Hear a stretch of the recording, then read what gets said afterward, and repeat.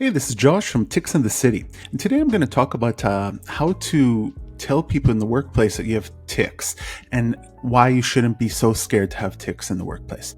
So I can imagine for a lot of people who have Tourette's, it's a little bit hard to find a job. Sometimes you can, but it can be quite challenging because people, in the end of the day, we have to be pragmatic and we got to look at the reality of it. People don't want someone at the front end like ticking, etc., because it represents their company.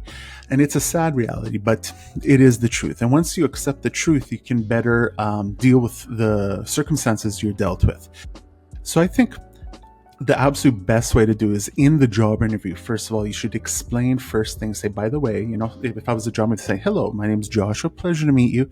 And use your charm, use the inside about you, maybe you tic, etc., but use your class and charm and explain that you have Tourette Syndrome and you have tics. They're involuntary. If you have voice like you make like this or swear, I could see swearing be a little bit problematic with public jobs, but if it is part of that, explain to them so that they know what they're getting into, and you know what you're getting into by telling them that. That's the first thing I would do. The second thing is, when you're inside the job, don't be afraid the first day of just telling people, hey man, I got tics. People might make fun of it a bit. They might ask you a lot of questions. Tell them, hey, feel free to ask questions. Usually people tend to a lot of times maybe make a joke where the banter, the joking done is actually not made to exactly make fun of you, but to maybe in some cultures could be to create a relationship, right? I think a lot of patience is needed the first couple days. And as you go, you're going to find that people are just not going to see you for your tics anymore that you work with. And it's actually quite a comfortable feeling.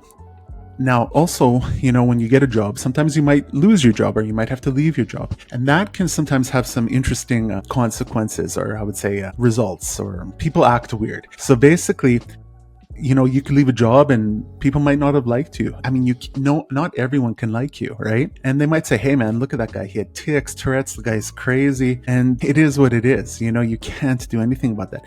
But if you keep on being afraid to work for the fact that you have to introduce yourself with tics and deal with tics at the workplace and be in public or semi-public, having to work with people, don't let someone else control your life. And if you give them that power, that's a lot of power over you. So what I suggest is, just concentrate on the job, be yourself, don't worry.